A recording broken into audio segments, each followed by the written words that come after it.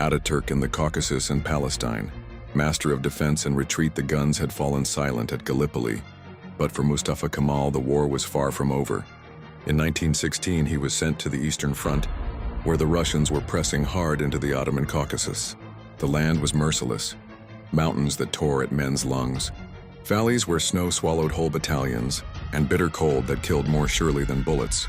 Soldiers marched barefoot in rags, starving, their rifles frozen to their hands. Most commanders despaired. Mustafa Kemal did not. He studied the terrain with the precision of a chess master. Every pass, every gorge, every track became part of his design. He knew the Ottomans could not win great victories here, but he also knew that survival itself was victory enough. Again and again the Russians attacked, and again Kemal pulled his men back in perfect order, never letting them be cut off, never letting panic undo them. Then when the enemy overreached, he struck with sudden counterattacks that bloodied them and bought time. His soldiers, worn and freezing, drew strength from his calm.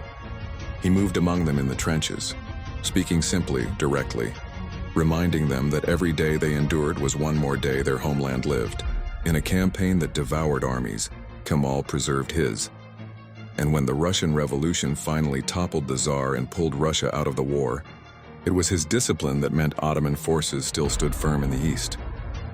But the storm rolled on. In 1917, he was sent south, to the deserts of Palestine and Syria.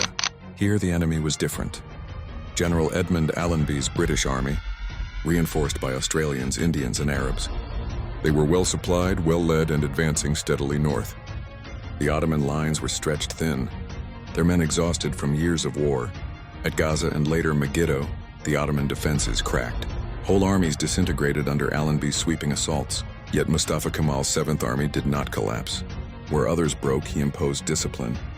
He knew the campaign was lost, but he would not allow it to become a rout. Organizing a fighting retreat, he saved tens of thousands from annihilation. He set rearguards in ambush, delayed the British advance, and marched his men back in good order across Syria. While other Ottoman units were shattered, his army lived to fight another day.